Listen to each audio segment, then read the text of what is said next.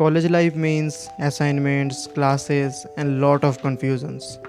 But have you ever wondered what's the real difference between front-end and back-end in web development? ওয়েবসাইটকে একটা রেস্টুরেন্টের মতো করে ভাবো। The front end is everything you see, the menu, the chairs, the decoration and the friendly waiter. এইসব জিনিসগুলো তৈরি হয় HTML, CSS and JavaScript এর সাহায্যে to make things looks good and easy to use.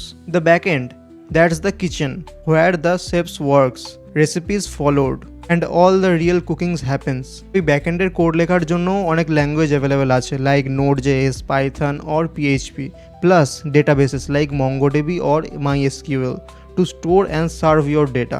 Without the kitchen, the waiter has nothing to serve, and without the waiter, you would never enjoy the food. So next time যখন তুমি কোনো website visit করবে তখন মাথায় এটা রেখো, front end হলো যেটা তুমি এক্সপিরিয়েন্স করছো অ্যান্ড ব্যাক এন্ড হলো ফাংশনালিটি। তো ওই front end and back end যখন সুন্দরভাবে মিশে একসাথে কাজ করে তখন তুমি একটা বেস্ট ওয়েবসাইটের এক্সপিরিয়েন্স পেয়ে থাকো। এরকমই কোডিং রিলেটেড কন্টেন্ট যদি তোমার পছন্দ হয়ে থাকে তাহলে আমাকে ফলো অবশ্যই করে নিও, অ্যান্ড দ্যাটস ইট।